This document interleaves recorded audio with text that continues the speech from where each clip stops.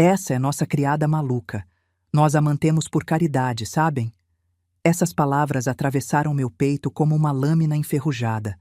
Eu as ouvi há apenas alguns minutos, mas já se cravaram na minha alma como se tivessem sido pronunciadas há anos. Meu nome é Carmen Salvadora, tenho 65 anos, e esta é a história de como meu próprio filho pisou na minha irmã como se ela fosse nada, até descobrir que quem não era nada, na verdade, era ele.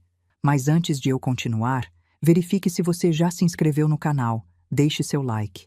E me conte nos comentários de onde você está ouvindo minha história. Quero muito saber até onde ela já chegou. Era uma noite fria de outono, dessas em que o ar cheira a folhas úmidas e fumaça de lenha. Eu estava parada na penumbra do hall de entrada da chácara Girassol, minha chácara, aquela que comprei e registrei em nome do meu filho 16 anos atrás, antes de partir para o Canadá.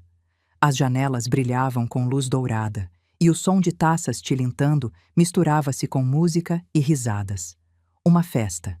Meu filho Geraldo fazia uma festa na casa que eu construí com meu suor, enquanto minha irmã Laura, que deixei como dona e administradora, estava jogada no chão junto à porta de entrada, vestida em trapos, sendo usada como um objeto da casa.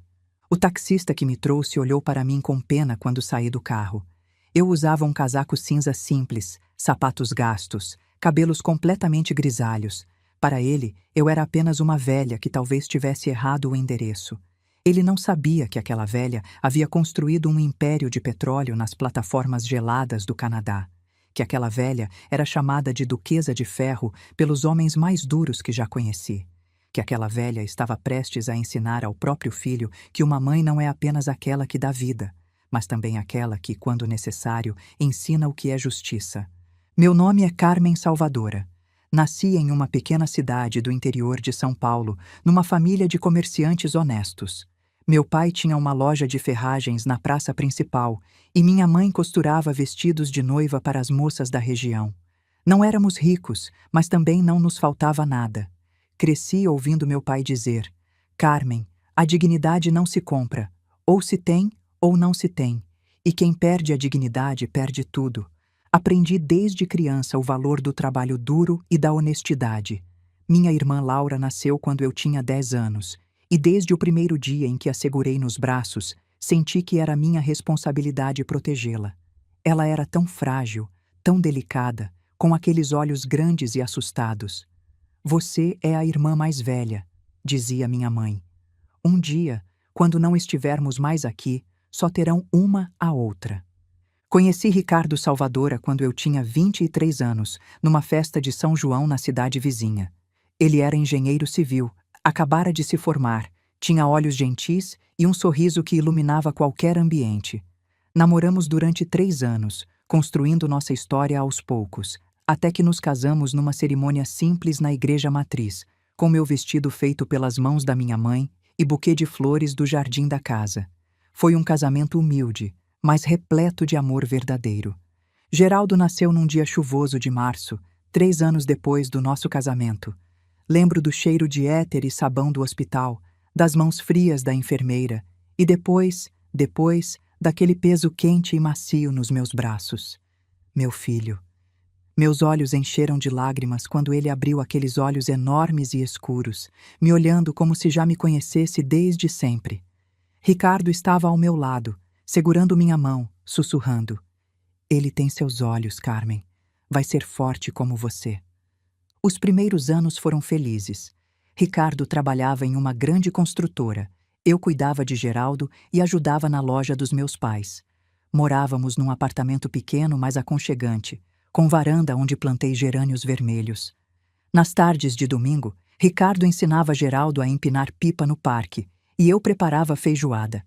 Éramos uma família comum, simples, feliz.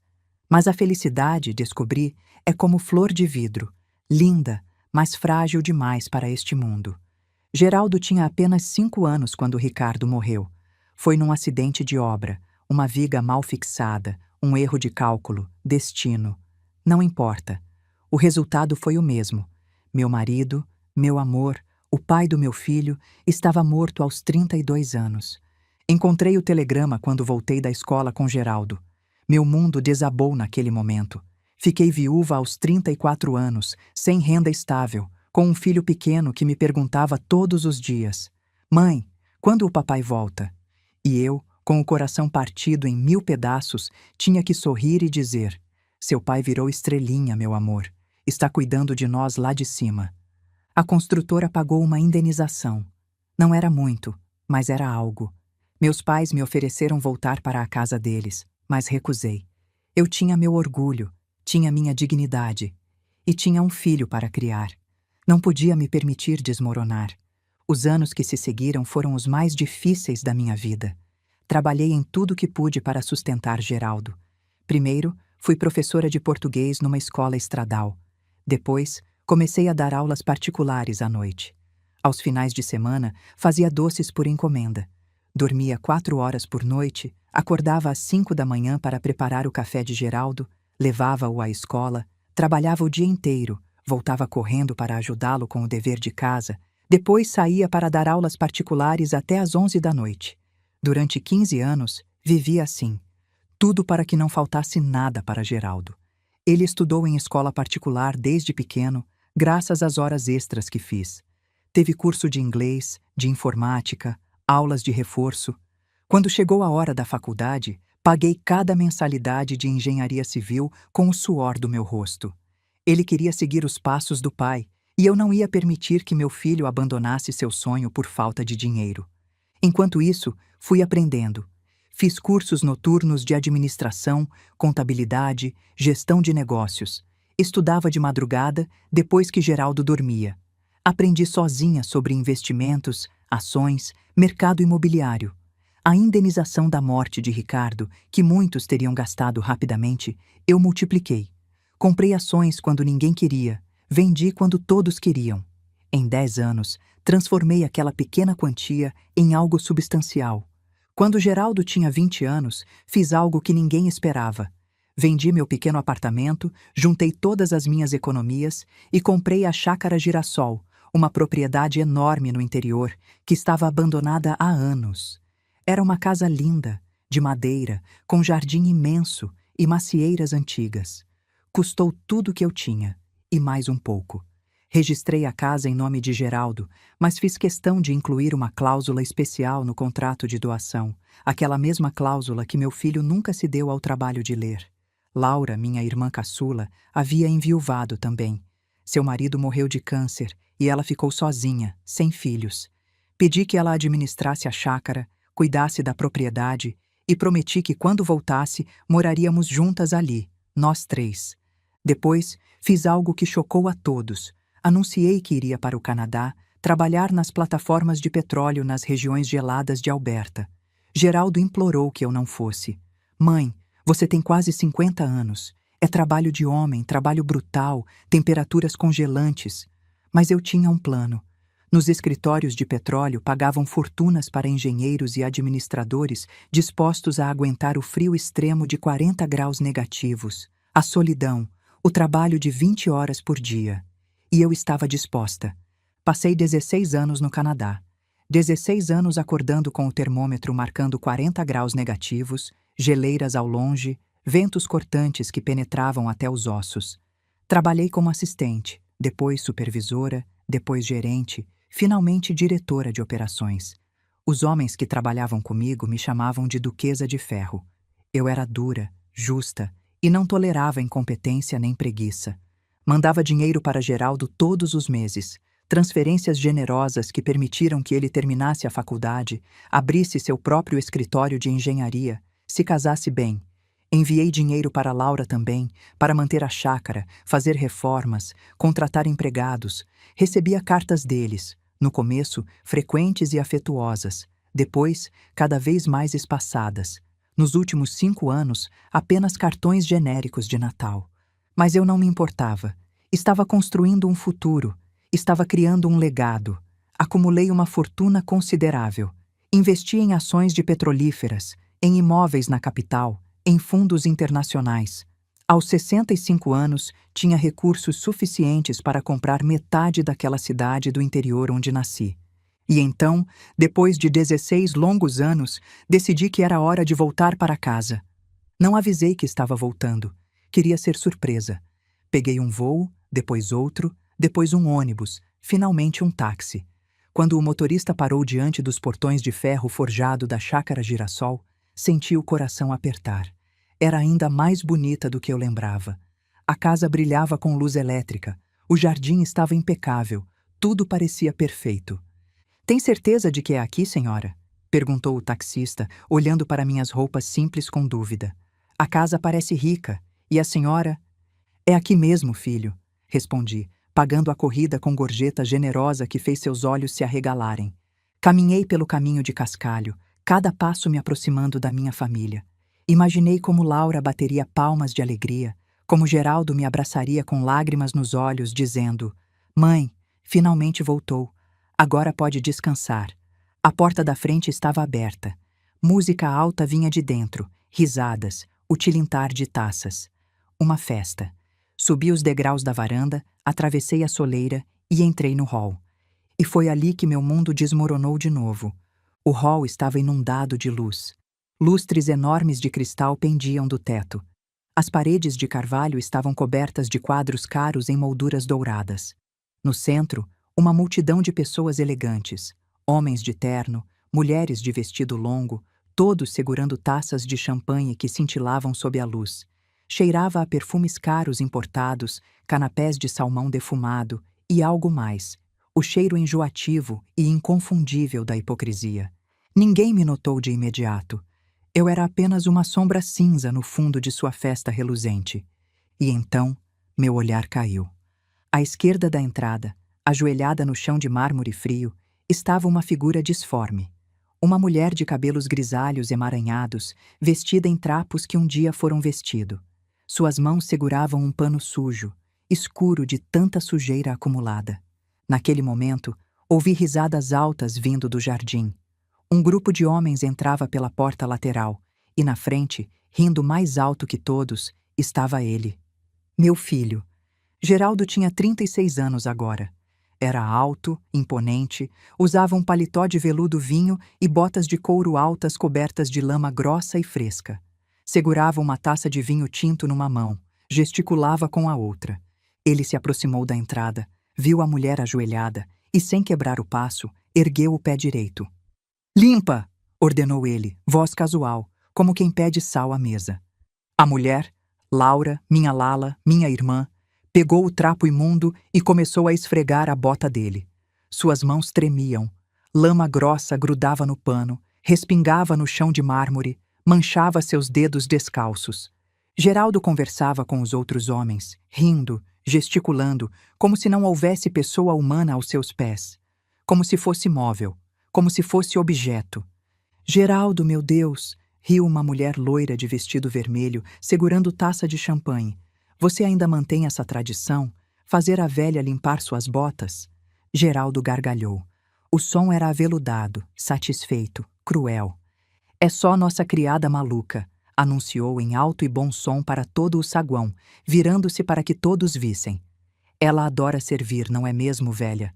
Sente-se útil assim. Nós a mantemos por caridade, sabem? Filantropia familiar." Ele baixou o outro pé, ainda mais sujo que o primeiro. "Esse também, e capricha. Essas botas custaram mais que você vale." Laura emitiu um som, um gemido baixo, habitual, terrível em sua submissão. Ela começou a limpar a segunda bota, o trapo já completamente encharcado de lama e água suja. Os convidados riram, alguns nervosamente, outros com genuína diversão. Uma mulher idosa de vestido verde comentou com a amiga: "Que paciência esse menino tem. Eu não teria essa tolerância na minha casa." "É verdadeira caridade cristã", concordou outra, balançando a cabeça. Vi como as mãos de Laura tremiam mais forte. Vi como ela baixava a cabeça, tentando esconder o rosto atrás dos cabelos emaranhados. Vi Laura, minha irmã, minha responsabilidade, minha família, reduzida a menos que nada.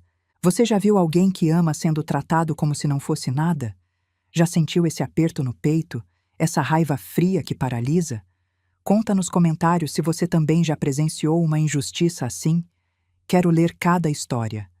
Algo dentro de mim se quebrou naquele momento. Não, isso não é verdade. Algo dentro de mim não se quebrou. Algo se solidificou.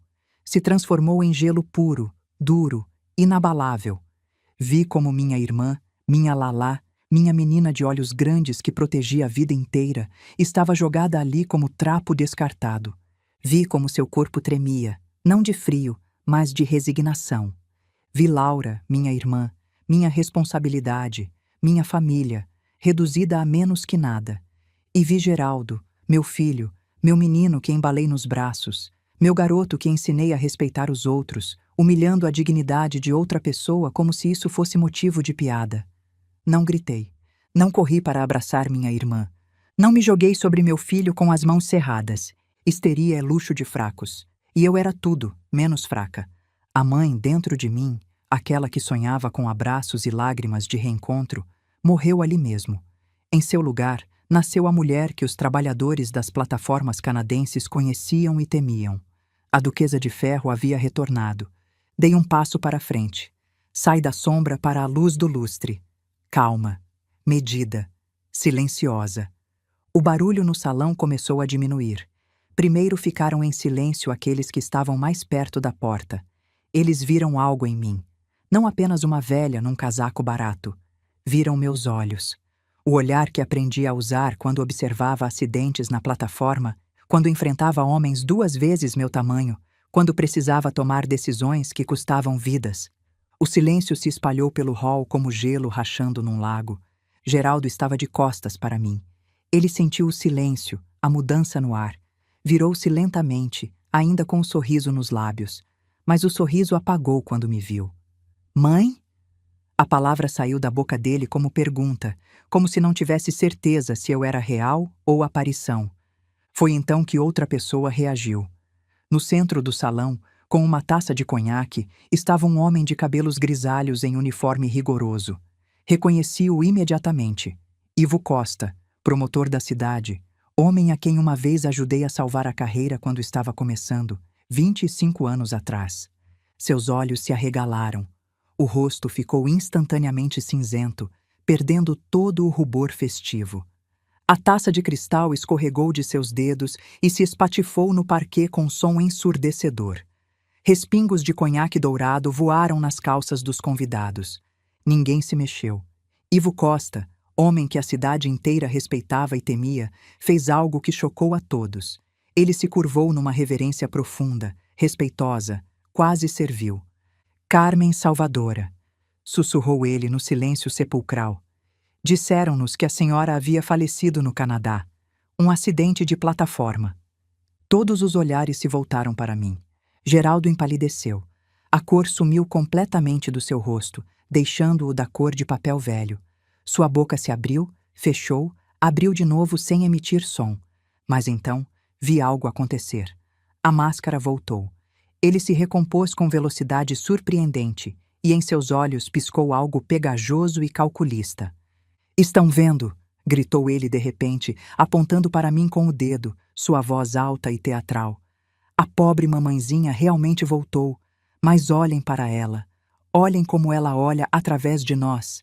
Os médicos me avisaram disso antes dela vir." Ele deu um passo em minha direção, e em seus olhos li a sentença que estava construindo. "Demência senil avançada", disse ele aos convidados, balançando a cabeça com falsa tristeza. "Não ouçam seus delírios. Ela não entende onde está, não reconhece ninguém. Já não há nada da mulher forte que foi, apenas uma casca vazia." Ele estendeu a mão para meu cotovelo, tentando me guiar para longe do salão. Eu não resisti. Não ainda. Deixei que ele segurasse meu braço, deixei que me conduzisse para longe dos olhares atônitos dos convidados. Mantive meu rosto neutro, meus olhos ligeiramente desfocados, como se realmente não compreendesse o que acontecia. "Peço desculpas, senhoras e senhores", disse Geraldo com voz cheia de falsa compaixão. "Drama familiar, vocês entendem. A velhice não poupa ninguém. Por favor, continuem a festa. Vou levar minha mãe para descansar." Ele me arrastou para a escada que levava ao segundo andar. Os convidados se afastaram, abrindo passagem. Alguns olhavam com pena, outros com desconforto. Ivo Costa estava paralisado, seu rosto uma máscara de conflito, o respeito pelo passado lutando com a conveniência do presente. Geraldo não me levou para um quarto decente. Subimos ao segundo andar. Depois viramos num corredor estreito de empregados. Depois outro corredor mais estreito ainda, até chegarmos a uma porta baixa, cuja tinta descascava em lascas grandes. Ele chutou a porta e me jogou para dentro com tanta força que tropecei e quase caí. Não era um quarto, era um depósito. Um cubículo empoeirado e sem janelas, entulhado de caixas velhas, cadeiras quebradas e cheiro de mofo que grudava na garganta. No canto havia um colchão manchado sobre uma cama de ferro enferrujada. Geraldo entrou atrás de mim e fechou a porta com estrondo. Ele se apoiou nela, bloqueando minha única saída. O sorriso escorregou do seu rosto como cera derretendo sob o fogo. O que restou foi puro ódio animal. Escute-me com atenção, sua velha inútil, sibilou ele, curvando-se para ficar na altura do meu rosto. Seu hálito cheirava a vinho caro misturado com algo podre por dentro.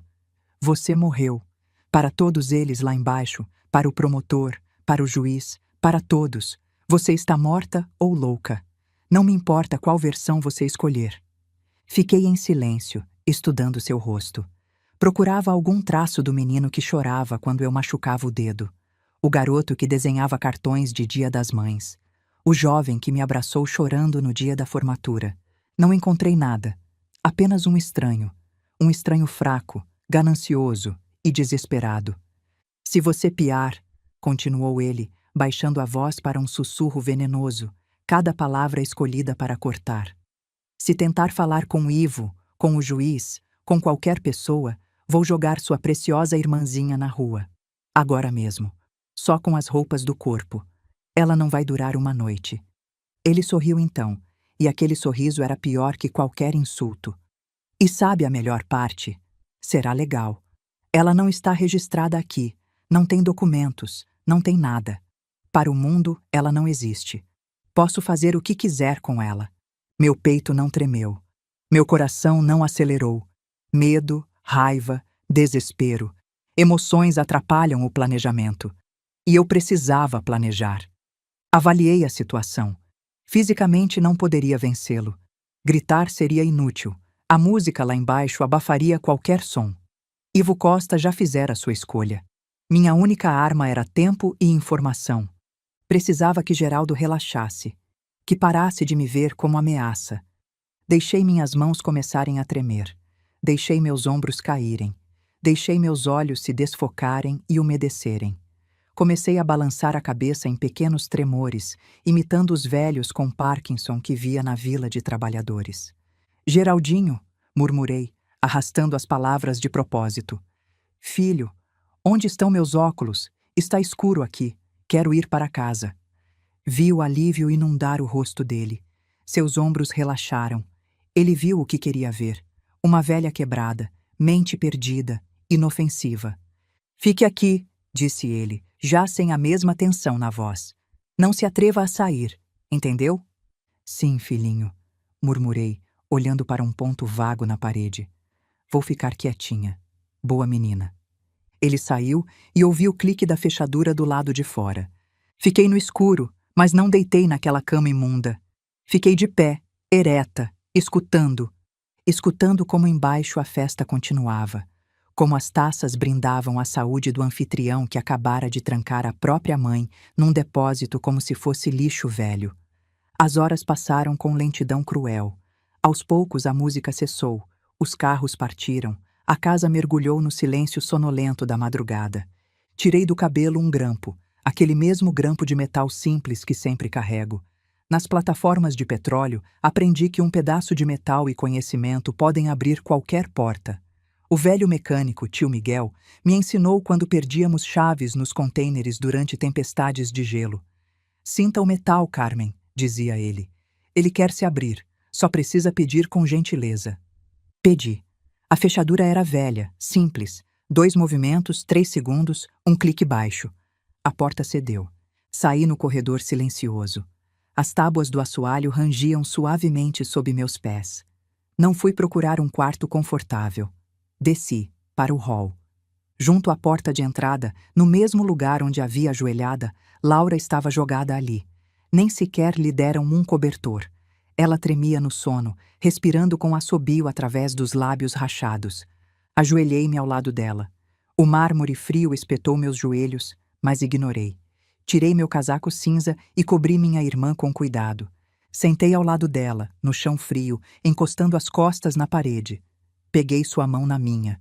Sua palma estava gelada, áspera como casca de árvore velha. Estou aqui, Lalá, sussurrei na escuridão. Voltei. Ninguém mais vai encostar um dedo em você. Não dormi. Fiquei sentada a noite inteira, montando guarda, calculando, planejando, lembrando. 16 anos no Canadá me ensinaram muitas coisas, entre elas que o gelo mais mortal não é aquele que vem do clima, mas aquele que mora nos corações das pessoas. E eu sabia exatamente como derreter esse gelo. Pressão. Pressão suficiente quebra qualquer coisa. O amanhecer chegou com luz cinza e turva, filtrando-se pelas janelas sujas. A primeira pessoa a entrar no hall foi uma empregada jovem com balde de água e pano. Ela não devia ter mais que 20 anos, rosto redondo, olhos assustados. Ao nos ver, duas mulheres sentadas no chão junto à porta, uma cobrindo a outra com casaco velho, ela gritou e derrubou o balde. A água se espalhou pelo mármore com som de cascata. Senhor Jesus, sussurrou ela, a mão na boca. Logo atrás dela apareceu outra mulher, mais velha. Reconhecia imediatamente. Marta, a governanta que trabalhava aqui antes da minha partida. 20 anos atrás, quando a contratei, ela era uma jovem mulher de 20 e poucos anos. Agora seu rosto estava sulcado de rugas profundas, os olhos cheios de ansiedade eterna que vem de viver sob tirania. Marta congelou ao me ver. Seus olhos se arregalaram, não com surpresa, mas com reconhecimento. E com algo mais, esperança. Levantei a cabeça devagar e olhei para ela. Não da forma submissa que fingi para Geraldo. Olhei para ela do jeito que olhava 20 anos atrás quando dava ordens na minha própria casa. Não disse palavra. Apenas levantei levemente o queixo e só com os olhos apontei para a mesinha no canto do hall. Chá, pronunciei baixinho, mas firmemente. Tom que não admitia objeção. A empregada jovem deu risadinha, prestes a dizer algo. Mas Marta agarrou seu braço com força que deixou marcas vermelhas na pele clara. A governanta empalideceu. Ela reconheceu aquele tom. 16 anos podem passar, mas certas coisas não se esquecem. Imediatamente, Dona Carmen, murmurou ela. E em sua voz, sob o medo de Geraldo, ouviu o antigo respeito.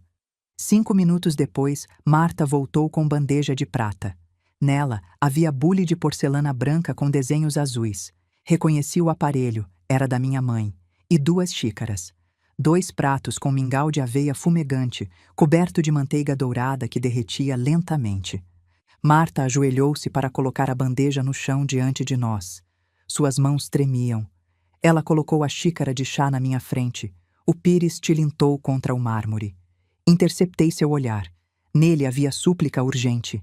Ela olhou rapidamente, furtivamente para a escada, verificando se o patrão não estava descendo. Comam, senhoras, disse ela em voz alta para ouvintes invisíveis. O mingau está fresquinho, com manteiga. Mas quando ela retirou a mão da minha xícara, seus dedos apertaram meu pulso por um breve segundo. E senti como sob o fundo da xícara deslizou algo fino, um pequeno pedaço de papel dobrado. Marta se levantou rápido e, sem olhar para trás, saiu apressada para a cozinha, arrastando a empregada jovem consigo. Esperei até seus passos se calarem completamente. Laura começou a acordar, espreguiçando-se sob meu casaco. Peguei a xícara com cuidado. Sob ela havia um pedaço de folha de caderno, amassado, dobrado em 4. Desdobrei. A caligrafia era apressada, letras tortas escritas a lápis. Não comam o mingau. Ele põe pó nele. Faz a mente ficar fraca e as pernas não aguentarem. Só tomem água da torneira. O doutor vem toda semana com remédio novo. Ela fica cada vez pior. Me desculpe, Dona Carmen. Tenho filhos pequenos. Não posso perder emprego. Lentamente levantei os olhos para o prato fumegante. O cheiro apetitoso de manteiga agora me parecia cheiro de morte. Olhei para Laura. Ela estendia a mão magra para o mingau, olhos vidrados de fome. Com suavidade, mas firmeza, afastei sua mão. Não, Lalá, disse baixinho. Hoje estamos de jejum. Levantei-me carregando os 2 pratos. No canto do hall havia um vaso grande com ficus Benjamin. Olhei ao redor. Ninguém à vista. Despejei o conteúdo dos 2 pratos na terra do vaso. O mingau espesso afundou lentamente, absorvido pela terra escura. A guerra havia começado, e o primeiro tiro fora disparado na cozinha. "Mãe, que circo você armou?" A voz de Geraldo trovejou da escada. Ele descia, abotoando os punhos de camisa branca impecável. Atrás dele flutuava sua esposa, Patrícia. Ela usava robe de seda cor-de-rosa desbotada, cabelos loiros presos em grampos, rosto coberto de creme noturno que lhe dava aparência fantasmagórica. "Dormir no hall como cachorro", bufou Patrícia, contornando-nos em largo arco, como se fôssemos portadoras de doença contagiosa. "Geraldo, eu disse desde o início, ela deveria estar internada. Está assustando os empregados, afugentando os clientes. Calma, querida." Geraldo beijou a bochecha da esposa, mas seus olhos perfuravam-me com frieza calculada. "Mamãezinha é apenas excêntrica. A velhice cobra seu preço. Demência senil, vocês sabem." Eles passaram para a sala de jantar. Ajudei Laura a se levantar. Suas pernas tremiam como galhos na tempestade, mas ela se apoiou em mim com confiança surpreendente. Seguimos atrás deles, lentas, mas determinadas. A mesa estava coberta de comida que poderia alimentar 20 pessoas. Travessas de prata com frios, presunto parma, salame italiano, queijos franceses, frutas frescas, morangos vermelhos, uvas roxas, mangas amarelas, croissants exalando aroma de baunilha e manteiga, sucos espremidos na hora, café importado cujo cheiro rico enchia o ambiente. Geraldo e Patrícia sentaram-se à cabeceira da mesa, nas cadeiras de mogno entalhado que pertenceram ao meu avô. Para nós, indicaram com gesto displicente uma mesinha auxiliar encostada na parede, onde havia apenas uma tigela de biscoitos secos que pareciam papelão e uma jarra de água morna. "Sentem-se", acenou Geraldo, servindo-se de salmão defumado. "Não se constranjam. Para vocês temos cardápio especial, dietético, recomendação médica." Sentei, mantendo expressão vazia no rosto. Laura pegou um biscoito e começou a mastigá-lo com dificuldade, seus dentes em péssimo estado. Peguei um pedaço de pão duro. Era seguro. Comi devagar, observando, catalogando cada detalhe. Meu olhar estava fixo em Laura. Agora, a luz plena do dia entrando pela janela, eu via o que a penumbra escondera. Suas pupilas estavam dilatadas ao extremo, quase cobrindo totalmente a íris. A pele tinha tonalidade acinzentada, pegajosa. Os movimentos eram espasmódicos, descoordenados, como marionete com cordas cortadas. Isso não era loucura, era química. Envenenamento gradual e sistemático. Laura de repente congelou, o pedaço de biscoito suspenso no ar. Ela fixou o olhar num ponto vago da parede, onde pendia uma antiga tapeçaria representando cena de caça. Cavalos, cães, cervos. Seus lábios começaram a se mexer. "Ursinho vai pela floresta", sussurrou ela, voz quase inaudível. Geraldo gargalhou alto, quase cuspindo o café. "Está ouvindo, Patrícia? De novo aquele delírio infantil. Já faz 4 anos que ela balbucia esse ursinho. Cérebro de criança de 3 anos. Patrícia revirou os olhos com tédio. "É perturbador. Deveríamos mantê-la sedada." Mas eu escutava com cada fibra do meu ser. "Ursinho vai pela floresta", era a nossa frase secreta de infância. Quando nossos pais brigavam, quando queríamos esconder algo, quando havia perigo, "ursinho vai pela floresta" significava: preste atenção, esta mensagem é importante. "Recolhe pinhas", continuou Laura monotonamente como robô. "Põe na canção."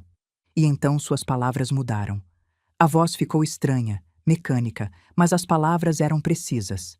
"Segunda prateleira de baixo, terceiro tomo, lombada verde, página 500. Ela se calou tão abruptamente quanto começou e voltou a roer o biscoito, olhos vagos novamente. Geraldo não notou nada. Estava ocupado demais com seu próprio reflexo na faca de prata. Mas eu havia entendido. Biblioteca, segunda prateleira, terceiro tomo, lombada verde, página 500. Minha irmã, mesmo sob efeito de drogas, havia encontrado jeito de me passar informação crucial.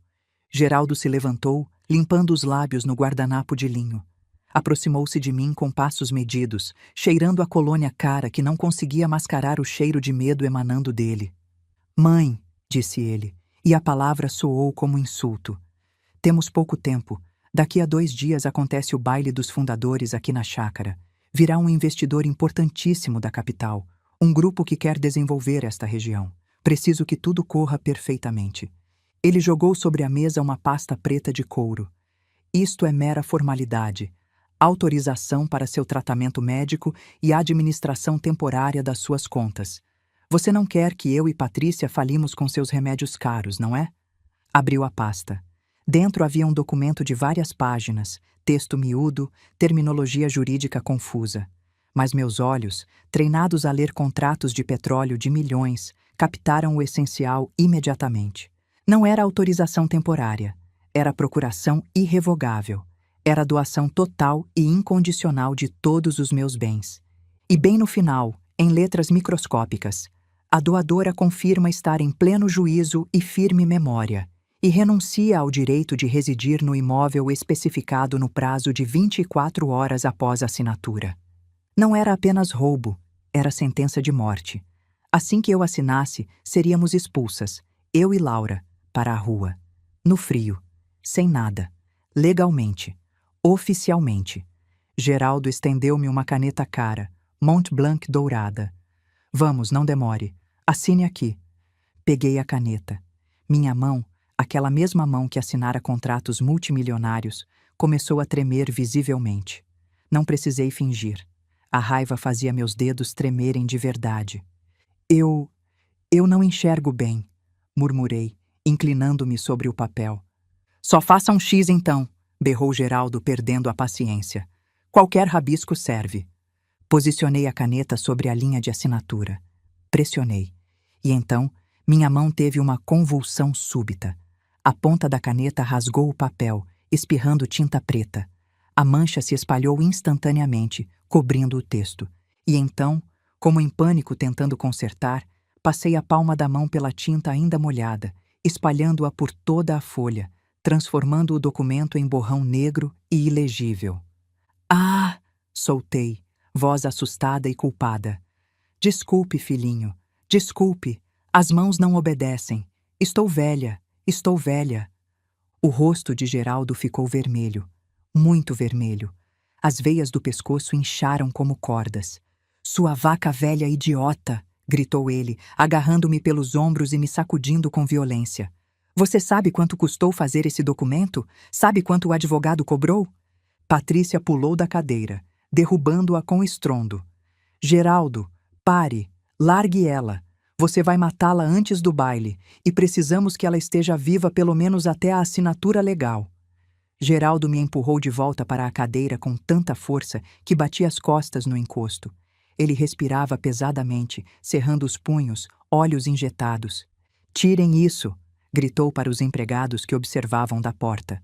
Limpem essa porcaria. Vou imprimir outro documento. E você, velha bruxa? Ele apontou o dedo para mim. Se estragar o próximo, vou amarrar suas mãos e guiar seu pulso eu mesmo. Entendeu? Sim, filhinho, murmurei submissa.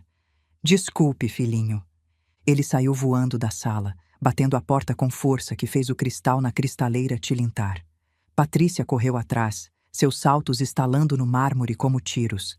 Quando a sala esvaziou, agi rápido. Marta aproximou-se para recolher o documento arruinado. Eu mesma jogo fora, dona Marta, disse baixinho, arrancando o papel manchado antes que ela pudesse pegá-lo. Eu quero tentar consertar. Não quero que meu filho fique bravo. Marta olhou para mim. Em seus olhos havia pena, mas também compreensão. Ela assentiu imperceptivelmente e se afastou. Quando fiquei sozinha com Laura, alicei cuidadosamente a folha sobre meu colo. A tinta secara, mas o texto ainda era legível sob as manchas. Li cada palavra, cada linha, cada cláusula. Escritura de doação de imóvel, transferência de propriedade imediata e irrevogável, renúncia ao direito de residência, prazo de 24 horas para desocupação após assinatura. Dobrei cuidadosamente o documento e escondi no fundo do bolso interno do meu vestido velho. Agora tinha prova física. Mas prova de quê? Da ganância dele. Não era suficiente. Precisava entender o contexto completo. Por que tanta urgência? Por que ele precisava da casa exatamente agora? Olhei para Laura. Ela balançava de um lado para o outro, murmurando: segunda prateleira, terceiro tomo, lombada verde, página 500. Biblioteca. A resposta estava na biblioteca. Esperei Geraldo sair de carro. Ouvi o rugido do motor BMW importado se afastando pelos portões. Patrícia trancou-se no quarto, arrumando-se para algum compromisso. A casa caiu num silêncio tenso. Marta, chamei quando a governanta passou. Cuide da Lalá. Marta assentiu, compreendendo sem precisar de explicações. Ela levou minha irmã para a cozinha, longe de olhos curiosos. Dirigi-me à biblioteca. As portas de carvalho escuro estavam trancadas. Geraldo era cuidadoso. Olhei ao redor. Corredor vazio. Tirei dos cabelos o grampo que já me servira antes. Minhas mãos lembravam o movimento. Nas vilas de trabalhadores das plataformas, o velho mecânico Miguel me ensinou. Sinta o metal, Carmen. Ele é vivo, quer se abrir. Só precisa pedir com educação. Pedi. Clique quase inaudível. A porta cedeu. Deslizei para dentro e fechei atrás de mim, sem trancar. A biblioteca cheirava a pó, papel velho e segredos enterrados. As cortinas grossas estavam fechadas. Reinava penumbra. Acendi a luminária de mesa. O feixe de luz arrancou da escuridão fileiras de estantes que iam do chão ao teto. Segunda prateleira de baixo. Seção de clássicos. Terceiro tomo. Encadernação verde. Dostoiévski. Crime e castigo. A ironia me fez sorrir amargamente. Puxei o livro. Estava leve, leve demais para volume tão grosso. Abri. As páginas estavam recortadas no meio, formando esconderijo. Dentro não havia ouro nem dinheiro. Havia um caderno escolar simples, capa quadriculada azul. Sentei-me no chão, encostada na estante, e abri o caderno. Era o diário de Laura. A caligrafia no início era regular, bonita, aquela que nossa governanta nos ensinara na infância. 15 de março, 2020. Geraldo vendeu o aparelho de jantar da mamãe hoje. Disse que quebrou sem querer numa mudança de móveis, mas encontrei o recibo da casa de penhores dentro do bolso do paletó dele quando fui lavar. Tentei escrever para Carmen contando, mas ele arrancou a carta da minha mão antes que eu pudesse levá-la ao correio. Disse que mamãe está ocupada com assuntos importantes do Canadá e não precisa se preocupar com bobagens domésticas. Fiquei quieta. Ele é o dono da casa, afinal. Folheei. A cada nova data, a caligrafia ficava mais irregular. As letras tremiam, se inclinavam, se deformavam. 10 de setembro, 2021. O Dr. Zacarias veio hoje. Deu uma injeção, disse que eram vitaminas para minha fraqueza, mas depois dela dormi 2 dias inteiros.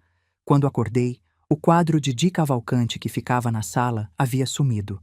Geraldo diz que eu dei de presente para uma amiga, que foi ideia minha. Não me lembro. Estou com medo. Minha cabeça está confusa. 2 de dezembro, 2021. Ele me dá comprimidos novos toda semana, cores diferentes, brancos, azuis, amarelos. Esqueço palavras no meio da frase. Ontem esqueci o nome da gata. Só lembrei hoje. Princesa. Carmen, onde você está? Por que não responde minhas cartas? Geraldo diz que você morreu num acidente de plataforma, mas não acredito. Sinto você. Sei que está viva. 15 de março, 2022. 1 ano se passou. Olho no espelho e não reconheço meu rosto. Estou velha, cinza. Os remédios me deixam tonta. Caio muito. Geraldo fica bravo quando quebro coisas. Ontem me bateu pela primeira vez. Disse que sou um fardo, uma velha maluca que custa caro para manter. As anotações ficavam mais espaçadas, semanas sem escrever, depois meses. 6 de junho, 2023. Patrícia me disse hoje que não mereço comer na mesa com eles. Meu lugar é no chão, como cachorro. Obedeci. É mais fácil obedecer. Dói menos. Minha visão ficou turva. Não de lágrimas. Eu não tinha mais lágrimas. De raiva pura, destilada, gelada. Continuei virando as páginas. As últimas anotações eram feitas a lápis, quase ilegíveis, letras enormes e infantis. Dezembro de 2024. Dinheiro acabou. Ele gastou tudo. Tudo que Carmen mandou durante 16 anos. Milhões. Gastou em carros, roupas, festas, viagens. A casa está hipotecada. O banco vai tomar. Ele procura compradores. Querem demolir. Vai ser shopping. Nosso jardim, nossas macieiras, nossa história. Vão destruir tudo. E depois, último parágrafo, escrito com letras tortas mas determinadas. Escondi os documentos originais da casa, os papéis que provam que Carmen é a verdadeira dona. Geraldo procurou em todo lugar, no cofre, nas paredes, no sótão. Mas ele é burro. Procurou onde um homem procuraria. Eu costurei os documentos onde só uma mulher pensaria. No casaco velho de Carmen, aquele com gola de pele que ela usou quando foi para o Canadá. Está pendurado no depósito do segundo andar. Descosturei o forro e costurei os papéis lá dentro, bem sobre o coração. Ele nunca vai encontrar. Esperando você voltar, irmã. Sei que vai voltar. Fechei o caderno. Minhas mãos não tremiam. Meu coração batia calmo, regular. Agora eu sabia tudo. Geraldo não era apenas cruel. Ele estava falido, desesperado. Havia dilapidado milhões, hipotecara a propriedade, e agora precisava vender o terreno para grupo imobiliário que queria construir shopping center. Mas não podia vender sem minha assinatura e sem a de Laura. Por isso nos mantinha prisioneiras. Por isso as drogas, a humilhação, o médico corrupto. Ele precisava nos declarar incapazes para se tornar tutor legal e assinar por nós. O baile dos fundadores em 2 dias não era festa. Era reunião final com investidores. Ele precisava da assinatura até lá. De repente, ouvi passos no corredor, pesados, rápidos, e vozes. Corri para trás da cortina grossa de veludo, escondendo-me nas dobras de tecido empoeirado. Meu coração, que segundos atrás estava calmo, agora martelava como britadeira. A porta se escancarou. O senhor não entende, Geraldo. A voz era de homem, trêmula, assustada. Reconhecia, doutor Zacarias. Estou pouco me lixando para o que você entende ou não, Geraldo berrou de volta. A dosagem que está dando não é suficiente. Elas precisam estar completamente debilitadas até o baile. Eles entraram na biblioteca fechando a porta. Ficaram a menos de 1 metro de onde eu me escondia. Eu via suas silhuetas através da fresta na cortina. Geraldo andando nervosamente, o doutor parado com uma maleta preta na mão. Mas a dosagem já está crítica, protestou Zacarias fracamente. Se aumentarmos o haloperidol e o diazepam, pode parar o coração delas. São mulheres idosas, frágeis. Você acha que me importo? Geraldo interrompeu, voz gelada. Preciso que amanhã, quando o juiz e o incorporador chegarem para o baile, elas sejam legumes completos. Que balem e se sujem. Que o juiz as veja e assine a tutela sem pestanejar. Silêncio. Depois, Zacarias disse. O incorporador, o grupo Mendes Construction. Eles dão quanto mesmo pela propriedade? 12 milhões, respondeu Geraldo. Metade à vista quando assinarem. O terreno vale o triplo, mas estou sem escolha. Devo 7 milhões ao banco, 3 milhões em cartões e empréstimos pessoais. Se não vender agora, em 3 meses estarei falido e na cadeia. E as velhas? Perguntou o doutor. Problema delas, Geraldo riu, som cruel. Assim que assinar a tutela, vão para um asilo municipal. Aqueles horríveis que mais parecem depósitos de gente. 6 meses, 1 ano no máximo. Problema resolvido. Geraldo! Zacarias começou, mas foi interrompido. Doutor, a voz de Geraldo ficou perigosamente baixa. Vou lhe lembrar uma coisinha. Você falsificou receitas. Receitou psicotrópicos sem indicação médica. Diagnosticou demência em pacientes saudáveis. Se eu cair, você cai comigo. E sua esposa também. Aquela esposa que herdou convenientemente o apartamento da sua paciente anterior, a senhora Amélia Rocha, que morreu acidentalmente 3 meses depois de mudar o testamento. Pude ouvir a respiração pesada do médico. Então aqui está o que vai fazer, continuou Geraldo. Hoje à noite dose dupla no chá, dose dupla na sopa. Se precisar, enfie goela abaixo à força. Até amanhã quero que elas não consigam juntar 2 palavras coerentes. Entendeu? Mas isso pode matá-las, Zacarias objetou, voz fraquíssima. Então fazemos funeral bonito, cortou Geraldo. Flores, padre, caixões caros. E eu herdo tudo de qualquer jeito. Na verdade, mortas é até melhor. Menos complicado. Silêncio absoluto. Terrível. Está bem, o doutor finalmente expeliu, voz derrotada. Vou fazer. Ótimo, agora saia. Preciso fazer ligações. Zacarias saiu. Geraldo ficou mais alguns minutos, falando ao telefone em voz baixa sobre transferências bancárias e documentos do cartório. Depois ele também saiu, deixando a porta aberta. Permaneci imóvel atrás da cortina por longos 5 minutos, até ter certeza de que estava sozinha. Então saí, as pernas tremendo não de medo, mas de adrenalina pura. Agora não era mais apenas vingança pessoal, era questão de vida ou morte, literal. Geraldo estava planejando nos matar. Lenta ou rapidamente não importava. O resultado seria o mesmo. E eu tinha menos de 48 horas para virar o jogo completamente. Saí da biblioteca com o diário de Laura escondido no peito. Minha mente trabalhava em velocidade máxima, calculando cada movimento como jogador de xadrez antes do checkmate. Tinha informação. Tinha provas. Mas precisava de aliados. E sabia exatamente onde encontrar um. Dr. Zacarias era homem fraco. Isso ficara claro na conversa que testemunhei. Homens fracos fazem maus criminosos porque carregam o peso da consciência. E consciência pesada pode ser manipulada. Conhecia o layout da casa de memória. Sabia que Zacarias teria que passar pelo corredor dos fundos para chegar à cozinha, onde prepararia as vitaminas de hoje. Cortei caminho pelos aposentos dos empregados, atravessei a despensa e o interceptei no corredor estreito junto à saída de serviço. Ele andava curvado, segurando a maleta preta como se pesasse toneladas. Ao me ver, parada bem no meio do corredor, bloqueando sua passagem, ele estacou. Contraiu-se como levando choque elétrico. Encostou-se na parede, empalidecendo. "Dona Carmen!" gaguejou ele, a voz falhando. A senhora não deveria estar aqui. Precisa estar no quarto, descansando." Não perdi tempo com educação. Dei um passo bem perto dele, invadindo seu espaço pessoal, encurralando-o no canto. Neste corredor não havia testemunhas, apenas nós dois e a verdade que pendia entre nós como lâmina de guilhotina. "Descansar, doutor?" Minha voz era baixa, mas nela soava o aço temperado de 16 anos no Canadá. Para eu nunca mais acordar? Ou para acordar um vegetal, conveniente para descarte? Zacarias empalideceu ainda mais. Seu rosto ficou cor de cinza velho. Gotas de suor brotaram em sua testa careca, escorrendo pelas têmporas.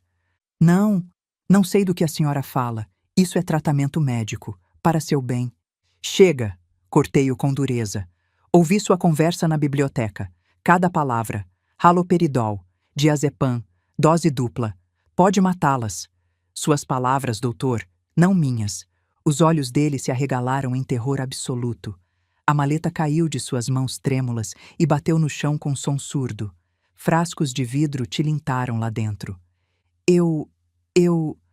Ele não conseguia formar frases completas. Dei mais um passo. Agora estávamos a centímetros de distância. Ele podia ver meus olhos, e neles, eu sabia, ele via sua própria destruição. "Mas você não sabe de uma coisa, doutor," continuei, olhando direto em suas pupilas. "Pensa que sou só uma velha do Canadá? Possuo o pacote de controle de ações do Hospital Santa Cruz e tenho influência no Grupo Saúde Sul, que controla 3 hospitais aqui na região. Aquele mesmo grupo que emprega você como médico plantonista. Aquele mesmo grupo que pode demiti-lo amanhã, sem justa causa, e colocar seu nome numa lista negra que impede que consiga trabalho em qualquer hospital privado do estado." Era blefe, parcial. Eu realmente tinha investido em saúde através de minhas conexões com grupos médicos do Canadá, mas especificamente do caso dele, só sabia o que acabara de ouvir. Mas o medo é grande artista. Ele pinta os detalhes sozinho. Zacarias tremeu da cabeça aos pés, suas pernas fraquejaram. Ele se apoiou na parede para não cair. "Naquela vez do processo da senhora Amélia Rocha não interferi", continuei, implacável. "Mas lembro seu nome, e lembro que há suspeitas não resolvidas sobre aquela morte conveniente, seguida de herança inesperada para sua esposa. Por favor, Ele sussurrou, voz rouca. Tenho família, filhos. Eu também tinha família, respondi, frieza absoluta. E olhe o que meu filho fez com ela. Deixei o silêncio pesar por longos segundos. Tem escolha, Dr. Zacarias, disse finalmente.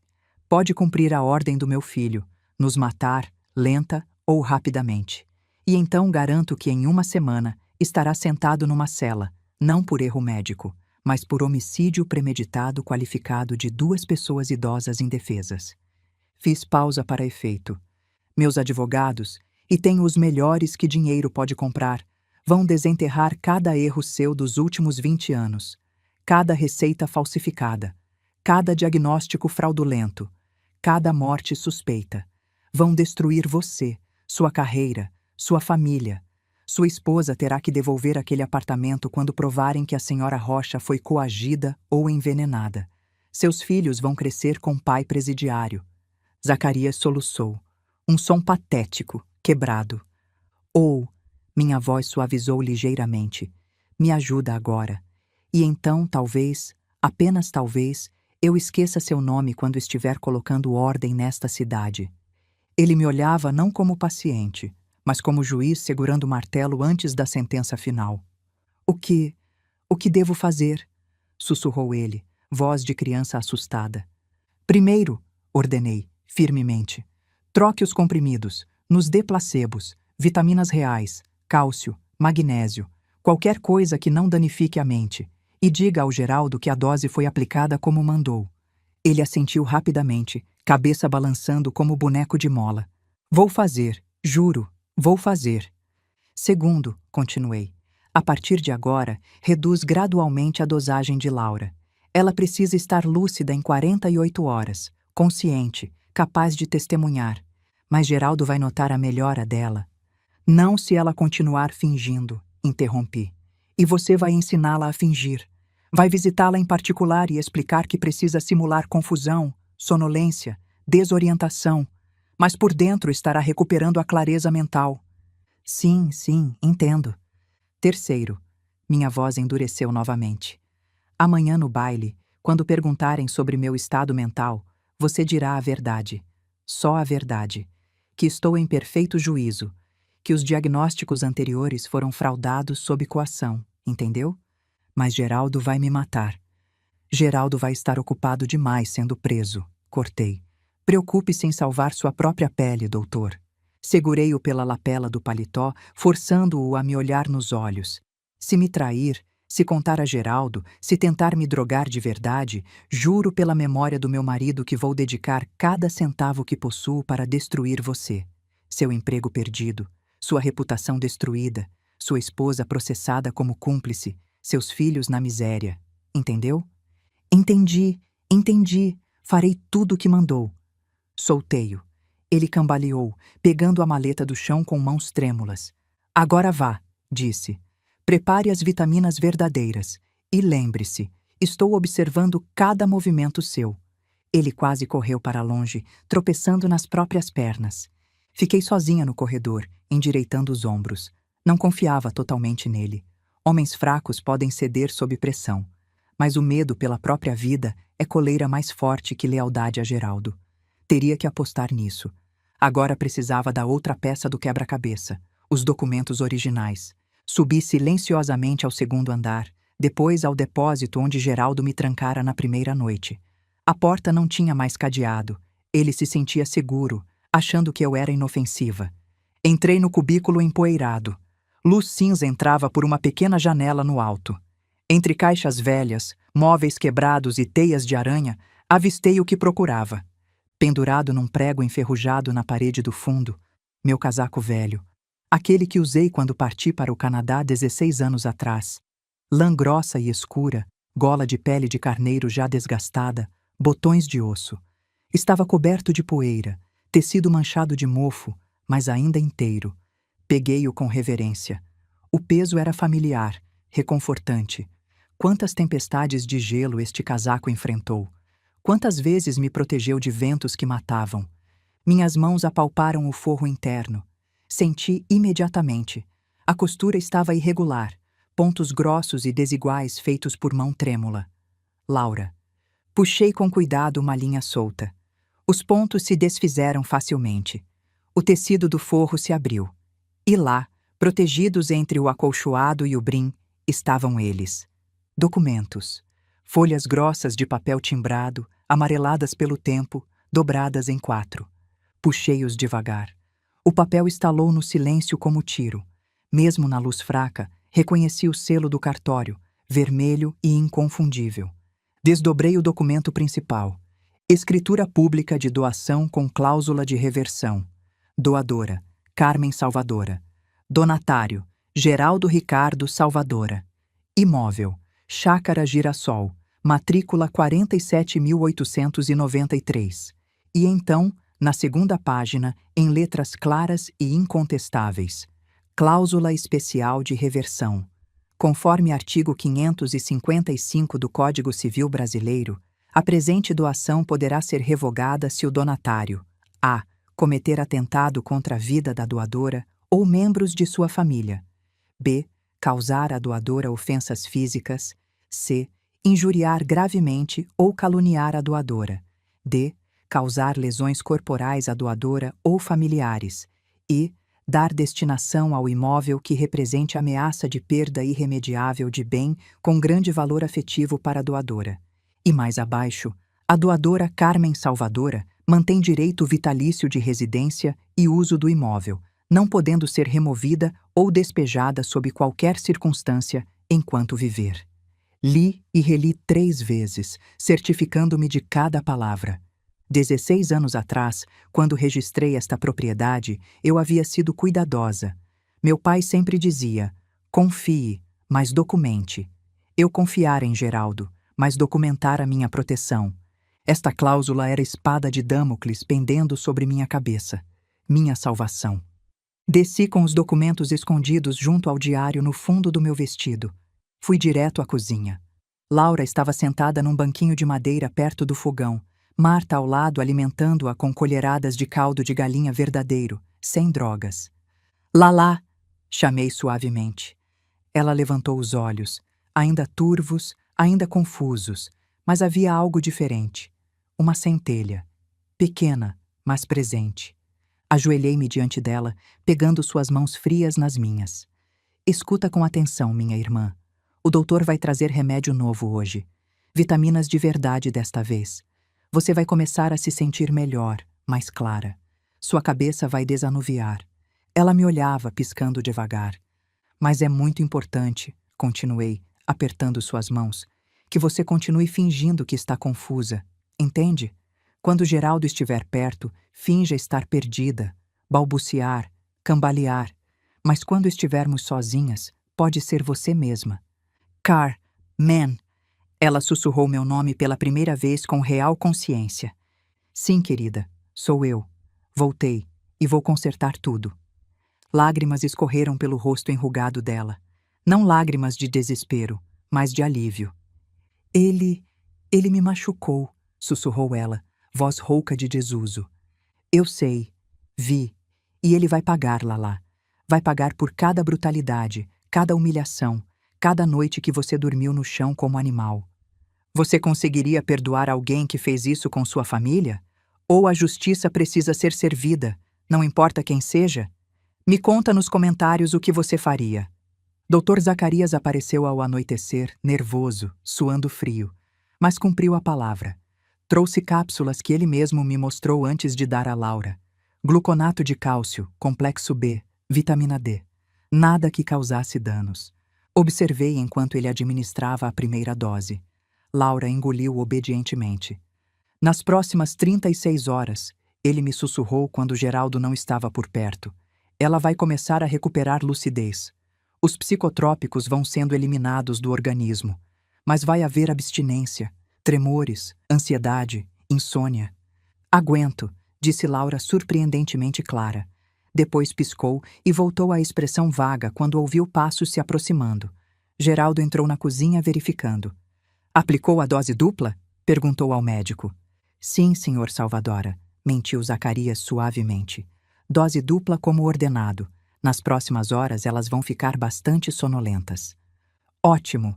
Geraldo olhou para nós com satisfação cruel. Amanhã é o grande dia. O juiz chega às 7 da noite. O incorporador às 8.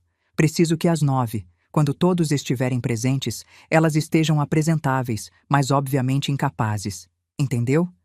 Perfeitamente, senhor. Geraldo saiu assobiando. A noite foi longa. Laura de fato teve tremores, suores, náuseas, sintomas de abstinência. Mas também, hora após hora, vi sua mente retornar. Os olhos ficando mais focados, as palavras mais coerentes, a postura mais ereta.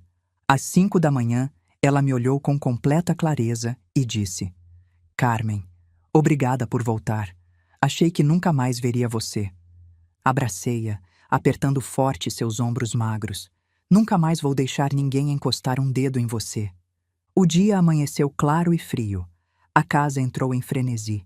Floristas chegaram com arranjos enormes de rosas brancas e vermelhas. Garçons uniformizados organizavam mesas. Um quarteto de cordas ensaiava na sala de música. Geraldo gritava ordens, verificava cada detalhe, o rosto tenso de ansiedade. Patrícia flutuava de um lado para o outro em robe de seda, latindo ordens para empregados aterrorizados. Onde estão as velhas? Ouvi ela perguntar a Geraldo. Trancadas no sótão, ele respondeu. Vou trazê-las apenas quando o juiz chegar. Quero que ele as veja no pior estado possível antes de assinar a tutela. Mas quando Geraldo subiu para nos buscar, encontrou o sótão vazio. Laura e eu não estávamos ali. Estávamos em outro lugar, nos preparando para nossa entrada triunfal. Laura e eu passamos horas nos preparando em segredo no quarto dos fundos onde Marta nos escondeu. Ela nos trouxe roupas que pertenceram à minha mãe, guardadas cuidadosamente em baús antigos no sótão. Vestia um vestido de veludo vinho escuro, corte severo dos anos 50, gola alta, mangas longas. Estava velho, mas majestoso. Assentou perfeitamente, como se me esperasse décadas. Penteei meus cabelos grisalhos e prendi-os num coque alto com o grampo que tanto me servira. E então, de uma pequena caixa de veludo que trouxera comigo do Canadá, tirei minha medalha. Medalha de serviços prestados à nação, outorgada pelo governo canadense por 16 anos de trabalho exemplar nas plataformas de petróleo. Prata pura, pesada, em fita de moiré azul e branco. Prendia no peito, bem sobre o coração. Laura vestia um vestido bege simples, limpo, digno. Escovei seus cabelos, lavei seu rosto. Às 7 da noite, quando o hall estava repleto de convidados e Geraldo procurava freneticamente por nós, fizemos nossa entrada. Descemos a escada principal, lentamente. Cada degrau um momento de suspense. O hall estava repleto. 100 pessoas, talvez mais.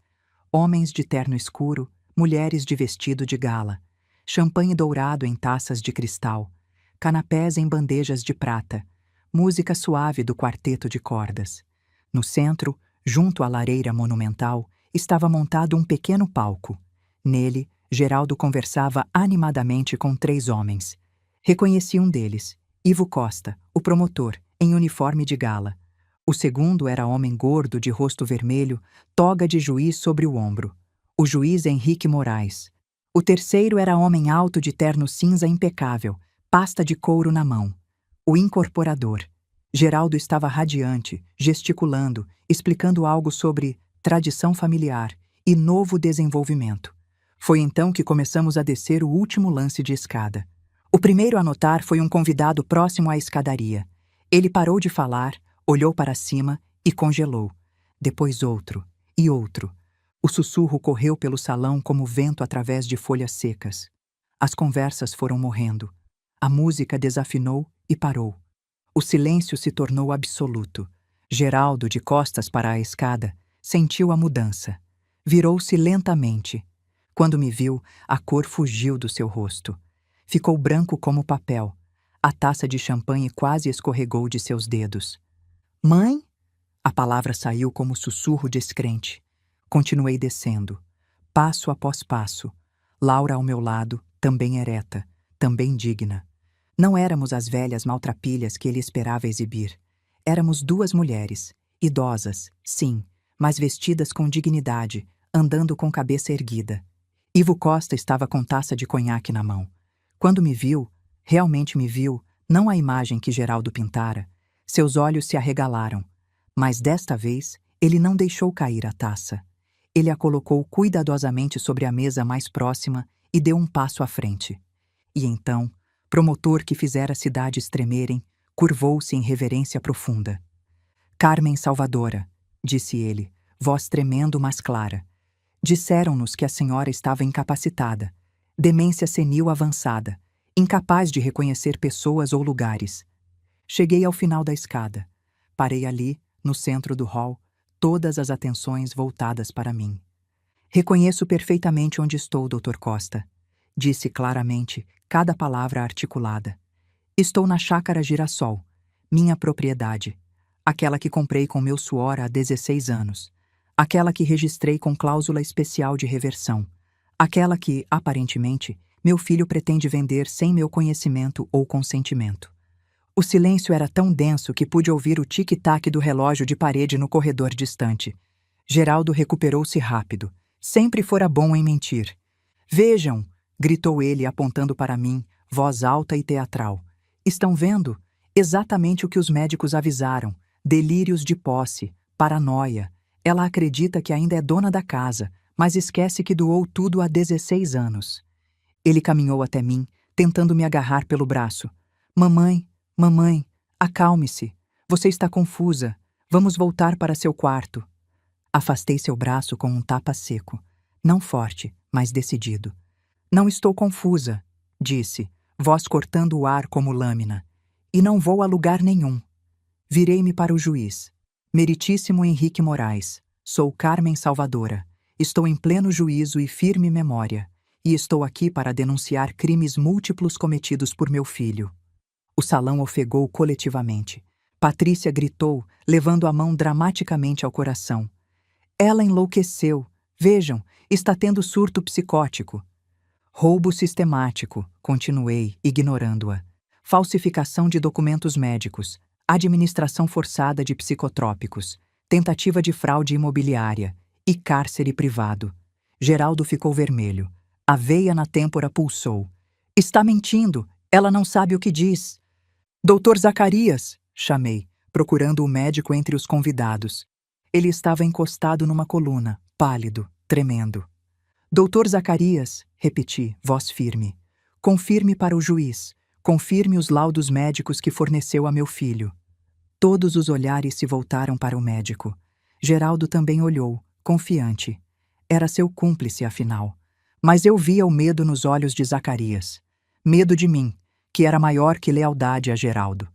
Doutor Zacarias deu um passo à frente, cambaleante, suando. Sua voz falhou. Ele engoliu seco. Tentou de novo. Os laudos médicos que apresentei... Vamos, doutor, encorajou Geraldo, sorriso forçado. Confirme o diagnóstico de demência senil. Zacarias olhou para Geraldo, depois para mim. Vi o momento exato em que fez sua escolha. São falsificados, completou ele. Explosão. O salão eruiu em exclamações, gritos, sussurros altos. O quê? Geraldo avançou no médico. O que você está dizendo? Escrevi esses laudos sob ditado do senhor Geraldo Salvadora, disse Zacarias, agora que começara, as palavras saindo em torrente. Sob ameaças, sob chantagem. Carmen Salvadora e Laura Salvadora são completamente saudáveis mentalmente. O estado de Laura foi causado artificialmente por medicamentos psicotrópicos que o filho me forçou a administrar durante 4 anos. O juiz levantou-se, derrubando a cadeira. Isso é acusação gravíssima. E é verdade, disse Zacarias, tirando do bolso interno do paletó um envelope. Tenho cópias de todas as receitas fraudadas. Todos os medicamentos prescritos sem indicação. Tudo documentado. Geraldo ficou paralisado. Boca aberta. Olhos injetados. Depois rugiu. Lançou-se sobre Zacarias, mãos estendidas para o pescoço dele. Seu traidor, seu verme, vou matar você. Mas não chegou a tocá-lo. Ivo Costa, em movimento surpreendentemente rápido para homem de 60 anos, interceptou Geraldo. Segurou seu braço no ar. Firme, profissional. Não, disse o promotor, voz gelada. Não vai. Geraldo se contorceu, tentando se soltar do aperto de Ivo Costa. Mas o promotor, mesmo com idade avançada, tinha força de homem que passara a vida inteira lidando com criminosos. Solte-me! Ela está mentindo! Todos estão mentindo! Geraldo berrou, espuma se formando nos cantos da boca. Isso é conspiração! Tentativa de tomar o que é meu! Então ele fez o impensável. Empurrou Ivo Costa com força brutal, desequilibrando o promotor, e se lançou diretamente sobre mim. Seus dedos se curvaram como garras, mirando minha garganta. Em seus olhos não havia mais cálculo, mais astúcia, mais fingimento. Apenas raiva animal pura de rato encurralado. "Cale a boca! Morra, sua velha maldita!" gritou ele, saltando os últimos metros que nos separavam. Não me mexi. 16 anos no Canadá me ensinaram que quando a avalanche vem sobre você, fugir é inútil. Precisa enfrentá-la de frente. Apenas apertei mais forte a mão de Laura, que gritou e tentou me proteger com o corpo. Mas o golpe não veio. Entre mim e meu filho cresceu figura de uniforme cinza. Ivo Costa, que segundos antes fora empurrado, recuperara o equilíbrio e agora estava como muralha de concreto. Ele agarrou o braço de Geraldo no ar, torcendo-o para trás. "Nem pense", disse Ivo, voz baixa, mas que ecoou pelo salão inteiro. "Toque na mulher que construiu a economia desta cidade e você não chega vivo ao tribunal." Geraldo se debateu, mas outros homens já se aproximavam. 2 seguranças da festa agarraram seus braços, imobilizando-o. "Vocês não entendem", Geraldo gritava, debatendo-se. "Ela está roubando meu patrimônio. A casa é minha. Ela doou há 16 anos." "Doou sim", concordei calmamente. Tirei do bolso interno do vestido as folhas amareladas que Laura escondeu cuidadosamente. Mas com condições. Condições que você nunca se deu ao trabalho de ler. Desdobrei os documentos. O papel estalou no silêncio absoluto. Escritura pública de doação com cláusula de reversão. Li em voz alta, clara, cada palavra ecoando. Registrada em 15 de abril de 2009, no cartório de registro de imóveis desta comarca. Olhei para o juiz. "Meritíssimo, gostaria de examinar?" Ele praticamente arrancou os documentos da minha mão, colocando óculos de leitura. Seus olhos percorreram as páginas rapidamente. Vi quando chegou à parte crucial. Seu rosto mudou de cor 3 vezes. Isso é autêntico", murmurou ele. Depois, mais alto. "Este documento é autêntico e legalmente vinculante." "O que diz?" perguntou o incorporador, aproximando-se. O juiz limpou a garganta. "Cláusula especial de reversão, baseada no artigo 555 do Código Civil Brasileiro." Ele começou a ler. "A presente doação poderá ser revogada se o donatário cometer atentado contra a vida da doadora ou membros de sua família, causar ofensas físicas, injuriar gravemente ou causar lesões corporais." Apontei para Geraldo, ainda contido pelos seguranças. Diante de 100 testemunhas, há 5 minutos, ele tentou me agredir fisicamente, atacou-me com intenção de causar lesão. Murmurou de concordância, correu pelo salão. "Mas", continuou o juiz lendo, "a doação poderá ser revogada se o donatário der destinação ao imóvel que represente ameaça de perda irremediável de bem com grande valor afetivo para a doadora." Virei-me para o incorporador. "Senhor, presumo que o negócio que estava discutindo com meu filho envolve demolição desta propriedade para a construção de shopping center?" O incorporador, homem astuto, percebeu imediatamente o perigo.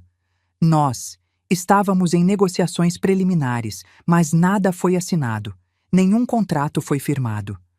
"Ótimo", disse eu, "porque esta casa tem valor histórico. Foi construída em 1890 pelo meu bisavô. Cada madeira, cada entalhe, cada pedra tem significado para minha família. E a ideia de demoli-la certamente constitui ameaça de perda irremediável." O juiz assentiu. "De acordo com este documento, a senhora tem direito legal de revogar a doação." Geraldo finalmente entendeu. Vi nos olhos dele o momento exato em que compreendeu que perdera tudo. "Não", sussurrou ele. "Não, não, não. Mãe, por favor, não faça isso. Onde vou? Não tenho nada." "Tinha milhões, Geraldo", respondi, voz firme mas não cruel, apenas factual. "Mandei transferências mensais durante 16 anos. Calculei uma vez. Enviei ao longo desses anos o equivalente a 8,3 milhões de reais em valores atualizados. Escutei exclamações abafadas pelo salão. Onde está esse dinheiro? Perguntei. Onde estão os móveis de família que valem fortuna? Onde está o aparelho de jantar da minha mãe, de porcelana branca com desenhos azuis? Onde está o quadro de Di Cavalcanti que ficava na sala? Onde estão as joias que minha avó deixou? Silêncio. Vou te dizer onde, continuei. Gastou tudo. Carros importados, roupas de grife, viagens para a Europa, festas como esta. Viveu como milionário enquanto minha irmã dormia no chão comendo restos. Virei-me para o incorporador. E agora está tão falido que precisa vender a propriedade da família para cobrir dívidas. Quanto ele deve, senhor? 10 milhões? 12? O incorporador, percebendo que o negócio estava destruído, decidiu salvar sua própria reputação. Geraldo Salvadora me procurou há 3 meses dizendo que precisava de 12 milhões com urgência. Disse que tinha dívidas com 3 bancos, mais empréstimos pessoais. Ofereceu esta propriedade, avaliada em 30 milhões, por apenas 12. Mais exclamações. Um negócio extraordinário, o incorporador continuou, que me pareceu suspeito. Por isso insisti em vir pessoalmente hoje para verificar a legalidade. E que bom que veio, disse eu, porque testemunhou tentativa de fraude imobiliária. Meritíssimo, disse Ivo Costa, ainda segurando Geraldo. Solicito permissão para colher testemunhos. O juiz, percebendo que aquilo transcendera uma simples festa e tornara-se procedimento legal, assentiu. Concedido. Ivo olhou para os empregados que observavam das portas. Marta Silva, governanta, aproxime-se. Marta deu passo à frente, tremendo, mas determinada. A senhora trabalha nesta casa há quanto tempo? 20 anos, senhor promotor. E pode testemunhar sobre o tratamento dado a Laura Salvadora? Marta olhou para Geraldo, que a fuzilava com os olhos. Depois olhou para mim. Endireitou os ombros. Sim, senhor. Posso. Nos últimos 4 anos, presenciei o senhor Geraldo Salvadora obrigar a senhora Laura a ajoelhar-se no chão e limpar suas botas sujas de lama com trapo imundo, como se fosse criada. Vi ele e a esposa falarem dela como se fosse menos que nada. Vi a senhora Laura ser alimentada com restos, proibida de sentar à mesa. Vi o Dr. Zacarias aplicar injeções que a deixavam inconsciente por dias. E vi... Sua voz tremeu, mas continuou. Vi o senhor Geraldo bater nela, várias vezes. Convidados começaram a sair discretamente. Ninguém queria estar associado com aquilo. As mulheres de vestido de gala sussurravam horrorizadas. Os homens balançavam cabeça com nojo. Mais testemunhas? Perguntou o juiz. 3 empregados se adiantaram. O jardineiro, a cozinheira jovem, o motorista. Todos relataram o mesmo. Anos de abuso, humilhação, negligência criminosa. Patrícia tentou se esgueirar para a saída lateral. Mas Marta, corajosa agora que tinha proteção, bloqueou seu caminho. Onde vai, senhora? Perguntou a governanta, voz carregada de anos de raiva contida. Na mão de Patrícia estava a bolsa volumosa que tilintava suspeitamente. Marta a arrancou antes que ela pudesse reagir, abrindo a sobremesa lateral. Colheres de prata caíram, garfos, facas, castiçais, pequenos objetos de decoração, a prataria da família. Estava roubando, disse Marta simplesmente. Patrícia ficou vermelha, muito vermelha. Isso é meu, Geraldo me deu. Isso pertence ao patrimônio da casa, corrigiu o juiz, e caracteriza apropriação indébita. Aproximei-me de onde Geraldo estava contido, não com raiva, não com desejo de vingança, com tristeza profunda. Artigo 555 do Código Civil Brasileiro, recitei de memória. Revogação de doação. O doador pode revogar a doação se o donatário cometer atentado contra a sua vida ou de familiares, causar lesões corporais ou dar ao bem doado tratamento que represente ameaça de sua perda. Olhei nos olhos dele. Procurei meu menino. Não encontrei. Você tentou me atacar diante de 100 testemunhas. Manteve minha irmã em cárcere privado sob efeito de drogas por 4 anos e tentou vender a casa da família para demolição. Virei-me para o juiz. Meritíssimo, Com base neste documento registrado e nas testemunhas presentes, solicito formalmente a revogação imediata da doação. Esta propriedade retorna ao meu nome. Geraldo Salvadora e sua esposa têm 24 horas para desocupar o imóvel. O juiz examinou os documentos mais uma vez. Olhou para Geraldo, para as testemunhas, para o médico confessor. Com base neste documento autêntico, nas testemunhas presentes e na tentativa de agressão que acabei de presenciar, declarou ele solenemente, determino de imediato a suspensão de qualquer negociação sobre este imóvel e defiro liminarmente a proteção da posse em favor da senhora Carmen Salvadora. A revogação definitiva da doação será homologada em juízo, mas desde já reconheço a validade da cláusula de reversão. E determino a abertura de inquérito policial para investigar os crimes de cárcere privado, lesão corporal, apropriação indébita, falsificação de documentos médicos e tentativa de fraude imobiliária. Olhou para Ivo Costa. Promotor, tome as providências. Ivo Costa fez sinal. 2 policiais que estavam na festa como segurança se aproximaram com algemas.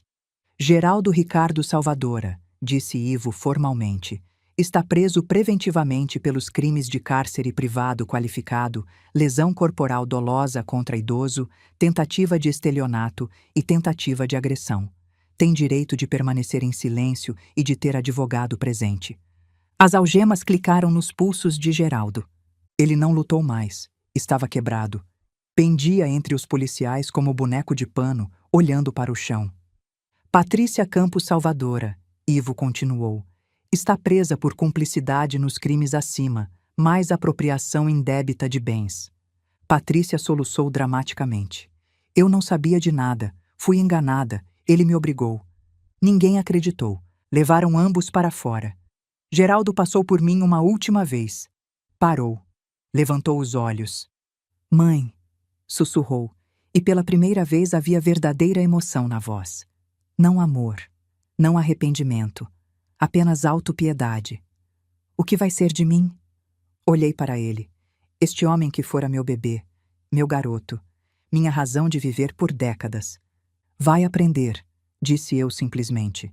Aprender o que eu tentei te ensinar a vida inteira, que dignidade não se vende, que família não se pisoteia, que caráter vale mais que ouro. Ele baixou a cabeça e foi levado. Virei-me para o salão. Ainda havia 50, 60 pessoas ali. Convidados de Geraldo. Pessoas que haviam rido quando ele humilhou Laura, que haviam brindado com champanhe roubado, que haviam aproveitado o luxo comprado com meu dinheiro enquanto minha irmã dormia no chão. Olhei para cada um deles, lentamente, em silêncio. Vi como desviavam os olhos, como estudavam os sapatos, como se encolhiam sob meu olhar. Fora, disse eu, baixinho, mas todos escutaram. Dona Carmen, começou uma senhora de vestido azul. Nós não sabíamos. Fora da minha casa, repeti, voz mais alta. Agora. O incorporador foi o primeiro a sair, praticamente correndo. Outros seguiram em fila silenciosa, cabeças baixas, murmurando desculpas que não aceitei. Em 10 minutos o salão estava vazio. Restaram apenas eu, Laura, Ivo Costa, o juiz Henrique, Dr. Zacarias e os empregados. Aproximei-me de Zacarias. Ele tremeu, esperando condenação. Doutor, disse eu, vai trabalhar. No Hospital Municipal, ala de desabrigados, 5 anos, de graça. Se souber que recusou um único paciente ou cobrou 1 centavo sequer, vou pessoalmente garantir que perca seu emprego em todos os hospitais da região. Entendeu? Ele assentiu vigorosamente. Sim, Dona Carmen, farei isso, prometo. Não quero sua promessa, quero sua ação. Ele saiu rapidamente. Ivo Costa aproximou-se, pegando minha mão e beijando-a à moda antiga. Carmen, me perdoe. Fui covarde ontem. Vi você e não te defendi. Você se corrigiu, Ivo, disse eu, cansada, mas sincera. É o que importa. Obrigada pela proteção. Vou pessoalmente supervisionar o processo contra seu filho, prometeu ele. Não haverá favorecimentos, não haverá desculpas. Agradeço. Quando todos foram embora, eu e Laura ficamos no hall enorme e silencioso. Pelo chão havia confetes, pétalas de rosa pisoteadas, taças abandonadas. Mas o ar estava limpo. Finalmente limpo. Olhei para aquele lugar junto à porta onde Laura dormira tantas noites. O mármore ainda tinha manchas escuras onde a lama de tantas botas havia sido espalhada. Chega de tapetes velhos, disse eu. Chega de dormir no chão. Chega de ser pisoteada. Laura veio até mim, apoiando-se em meu braço. Ela chorava, mas não eram lágrimas de dor. Eram lágrimas de libertação. É verdade? Sussurrou ela. Acabou mesmo? Acabou, Lalá. Todos os demônios foram embora. Ficamos ali, duas irmãs, sobreviventes, abraçadas na porta da casa que agora era novamente nossa. Passaram-se 5 anos desde aquela noite. Hoje, numa tarde ensolarada de outono, estou sentada no jardim da Chácara Girassol. O mesmo jardim que Geraldo queria destruir para construir estacionamento de shopping. As macieiras que ele queria derrubar agora estão carregadas de frutos vermelhos e dourados. Um bando de crianças corre entre as árvores, rindo, gritando, brincando. Laura está sentada ao meu lado, numa cadeira de balanço, tricotando. Seu rosto tem cor saudável agora. Seus olhos estão claros, sua mente está lúcida. Os 4 anos de drogas deixaram marcas, mas ela se recuperou além do que os médicos previram possível. Mais chá, Dona Carmen? Pergunta uma voz jovem. Olho para cima. É Júlia, uma das residentes. Ela tem 63 anos. Foi expulsa de casa pelos filhos depois que o marido morreu, e eles quiseram vender o apartamento dela. Mora aqui há 4 anos. Sim, querida, obrigada. A ala leste da casa foi transformada. 8 quartos espaçosos, todos com janelas amplas e luz natural. Sala comunitária com televisão e biblioteca. Cozinha onde cozinhamos juntas. Jardim onde plantamos horta. Casa de acolhimento, Carmen e Laura. Para mulheres idosas em situação de vulnerabilidade. Mulheres expulsas de casa por filhos gananciosos. Mulheres abandonadas. Mulheres que, como Laura, foram tratadas como fardo descartável. Aqui elas têm quarto próprio. Comida farta e saudável. Respeito. Dignidade. E, acima de tudo, segurança. Financio tudo com os recursos que construí no Canadá. As plataformas foram generosas comigo, e agora repasso essa generosidade. Quanto a Geraldo, soube que cumpriu 3 anos de prisão. Foi liberado há 2 anos em regime semiaberto. Trabalha agora como auxiliar administrativo em pequeno escritório de contabilidade. Ganha salário mínimo. Mora num apartamento de 1 quarto em bairro simples. Não nos falamos. Ele tentou me escrever 2 vezes da prisão. Cartas pedindo perdão, pedindo ajuda financeira, pedindo que eu retirasse as acusações. Não respondi. Não porque odeio, mas porque não há mais nada a dizer. Patrícia divorciou-se dele ainda na prisão. Casou-se novamente, com um homem mais velho e rico. Ouvi dizer que mora em outra cidade. Nunca mais a vi. Dr. Zacarias cumpriu a palavra. Trabalha no hospital municipal há 5 anos. De graça. Soube por Ivo Costa que ele se tornou médico dedicado, humilde, que trata mendigos com o mesmo respeito que trataria milionários. Às vezes a punição transforma. Ivo Costa se aposentou há 2 anos. Vem jantar aqui 1 vez por mês. Diz que esta é a casa mais feliz que conhece. Carmen, chama Laura. Olhe. Aponto para onde ela indica. Uma das residentes mais novas, Dona Fernanda, 65 anos, está ensinando crochê para as crianças do bairro. Elas vêm aqui toda tarde. Descobrimos que ter crianças ao redor rejuvenesce mais que qualquer remédio. Lembra quando tínhamos medo de não haver futuro? Pergunta Laura. Lembro. E olhe para nós agora. Olho. O jardim cheio de vida. A casa cheia de risadas. Mulheres que chegaram quebradas e agora sorriem de novo. Ontem, Dona Beatriz me perguntou: Dona Carmen, a senhora se arrepende de ter sido tão dura com seu filho? Afinal, ele é seu sangue. Me arrependo? Nem 1 segundo. Não desejo mal a Geraldo. Espero que ele tenha aprendido. Espero que tenha encontrado redenção. Espero que seja, hoje, homem melhor que era há 5 anos. Mas não me arrependo de tê-lo enfrentado. Porque silenciar diante da crueldade não é amor, é cumplicidade. Perdoar não significa aceitar ser pisoteado. Não significa voltar para a situação de abuso. não significa fingir que nada aconteceu. Perdão verdadeiro é reconhecer a ferida, tratá-la, cicatrizá-la e então seguir em frente, mais forte, mais sábia, mas nunca mais vulnerável da mesma forma. Protegi Laura, salvei outras mulheres, transformei dor em propósito. Valeu cada lágrima? Sim. Valeu cada confronto? Sim. Valeu cada momento difícil? Sim. 1000 vezes sim. Porque no final, dignidade preservada vale mais que paz falsa. Pego a mão de Laura. Ela aperta de volta. Sabe o que aprendi, Lalá? Pergunto. O quê? Que amor verdadeiro não é permitir que pisem em você. Amor verdadeiro é ensinar que pisar nos outros tem consequências. Amor verdadeiro é proteger os vulneráveis, mesmo quando os opressores são da sua própria família. Laura sorri. Mamãe teria orgulho de você. Mamãe teria orgulho de nós duas. O sol começa a se pôr, tingindo o céu de laranja e rosa. As crianças são chamadas de volta para casa por mães amorosas. As residentes entram para jantar. Cheiro de frango assado e arroz com açafrão vem da cozinha. Olho para a porta da frente. Onde 5 anos atrás havia chão de mármore manchado onde minha irmã era humilhada, agora há tapete novo. Grande, colorido, com frase bordada em letras alegres. Seja bem-vindo. Aqui todos são tratados com dignidade. E abaixo, em letras menores, Casa de Acolhimento. Carmen e Laura. Porque toda mulher merece respeito, não importa a sua idade. Levanto-me, ajudando Laura a se levantar também.